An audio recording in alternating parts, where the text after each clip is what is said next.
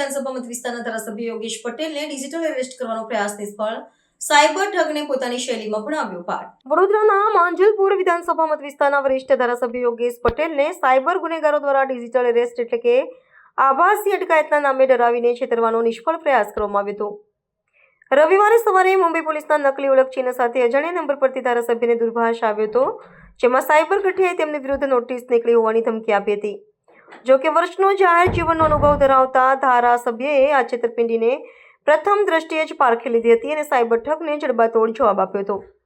આ ઘટનાની વિગતો મુજબ સાયબર માફિયાએ જ્યારે પોલીસના નામે દબાણ લાવવાના પ્રયત્નો કર્યા હતા, ત્યારે યોગેશ પટેલે અત્યંત મક્કમતાથી વળતો પ્રહાર કરતા જણાવ્યું હતું કે ભાઈ, તું જે શાળામાં ભણ્યો છે તેનો હું આચાર્ય રહી ચૂક્યો છું।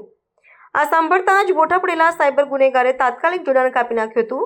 ધારાસભ્યએ જે ક્રમાંક પરથી કોલ આવ્યો હતો તેની તપાસ કરતા તેમાં મુંબઈ પોલીસનો લોગો હોવાનું જણાવ્યું હતું, પરંતુ સતર્કતાને કારણે તેઓ આ સાયબરના જાળમાં ફસાતા બચી ગયા હતા અને ગઠિયાને પાઠ ભણાવ્યો હતો। ગંભીર સુરક્ષા ચોક અને સાયબર અપરાધની આ ઘટના અંગે યોગેશ પટેલે તાત્કાલિક વડોદરા પોલીસ કમિશનર નરસિંહા કોમર અને રાજ્યના ગૃહમંત્રી હર્ષ સંઘવીને જાણ કરી હતી। તેમણે મામલે કડક તપાસની માંગણી કરવાની સાથે રસ્તા પર લારીઓ પર વેચાયેલા બિનઅધિકૃત અને નકલી દસ્તાવેજોના આધારે મળતા સિમ કાર્ડ બંધ કરાવવા સૂચન કર્યું હતું। હાલમાં વડોદરા સાયબર ક્રાઇમ શાખાએ દિશામાં સઘન તપાસ શરૂ કરી છે અને નાગરિકોને આવા શંકાસ્પદ સંપર્કોથી સાવધ રહેવા અપીલ કરી છે। ભાઈ, ગઈકાલે 11:27 9624175018 ઉપર એક ફોન આવ્યો। મને કીધું આપનો નંબર, એટલે મેં કીધું 982515143333, એટલે કે આપનું નામ, એટલે મેં યોગેશ નારાયણદાસ પટેલ। પછી એ ગુજરાતીમાં બોલતો હતો। પછી મને કીધું કે હું બોમ્બે પોલીસમાંથી બોલું છું, તમને એક નોટિસ મોકલીશ। એટલે મને સ્ટ્રાઇક થઈ કે આ કોઈ દક્ષિયો લાગે। એટલે મેં તરત જ કીધું કે ભાઈ, તું જે સ્કૂલમાં ભણેલો ને એ સ્કૂલનો હું પ્રિન્સિપાલ હતો। એટલે એને ફોન મૂકી દીધો। પછી ફરીથી એને ફોન લગાવ્યો, એટલે ફોન કટ થઈ ગયેલો। એટલે પોલીસ કમિશનરને વાત કરી। પોલીસ કમિશનરે ક્રાઇમ, આપણે સાયબર ક્રાઇમના એસીપી જોડે વાત કરી।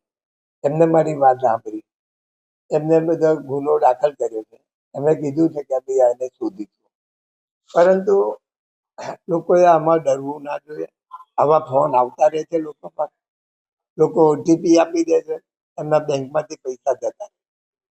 ખાસ કરીને અમારા ગૃહમંત્રી જોડે વાત થઈ। ગૃહમંત્રીને મેં કીધું, પહેલાં તો કાયદામાં સુધારો કરો। કોઈ બી કાર્ડ બજારમાં વેચાવા ના જોઈએ। લારીઓ પર કાર્ડ વેચાય છે, એક ટેબલ નાખીને તંબુ મારીને કાર્ડ વેચે છે। પહેલાં તો જે કંપનીનું કાર્ડ હોય એ કંપનીએ કાર્ડ વેચવું જોઈએ અને બેંકની માફક 2 જામીન બી લેવા જોઈએ, એની પાસે આધાર કાર્ડ લેવું જોઈએ, ફિંગરપ્રિન્ટ લેવી જોઈએ, એવા અનેક પુરાવા લેવા જોઈએ। તો આ કંઈ ક્રાઇમમાં સુધારો થશે। આ ક્રાઇમ હજુ સુધરશે નહીં, કારણ કે કોમ્પ્યુટર પર એ લોકોને ફોન આવે છે।